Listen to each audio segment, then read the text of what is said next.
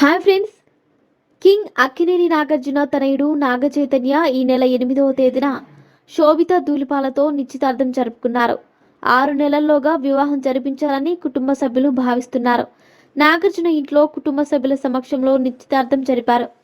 ఈ వేడుకకు అమెరికాలో ఉన్న నాగ చైతన్య తల్లి దగ్గుబాటి లక్ష్మి హాజరు కాలేదు. ఆమెకు నాగ చైతన్య రెండో పెళ్లి చేసుకోవడం ఇష్టం లేదని, సమాంతకు విడాకులు ఇవ్వడం అస్సలు ఇష్టం లేదంటూ జాతీయ మీడియా ఓ కథనాన్ని ప్రసారం చేసింది. ఆ సంస్థ నాగ చైతన్య నిశ్చితార్థంపై ప్రసారం చేసిన కథనం ఇప్పుడు సంచలనాన్ని సృష్టిస్తోంది.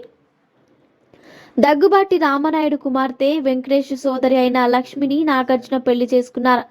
కొన్నాళ్ల తర్వాత మనస్పర్ధాలు రావడంతో ఇద్దరు విడాకులు తీసుకున్నారు. లక్ష్మి నాగ చైతన్యను తీసుకుని అమెరికాలో స్థిరపడ్డారు. నాగ చైతన్య సమాంతను పెళ్లి చేసుకోవడం ఆమెకు ఎంతో ఇష్టం.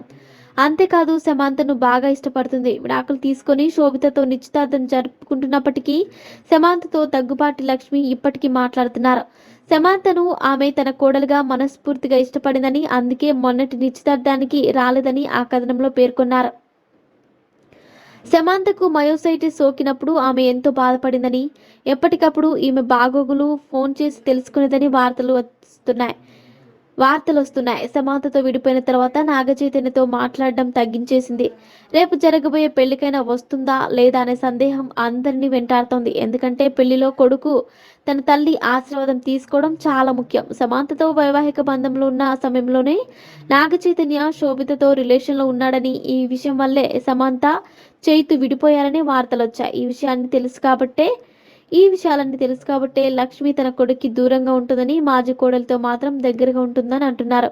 మరిన్ని ఇంట్రెస్టింగ్ అప్డేట్స్ కోసం మా ఛానల్ని సబ్స్క్రైబ్ చేసుకోండి.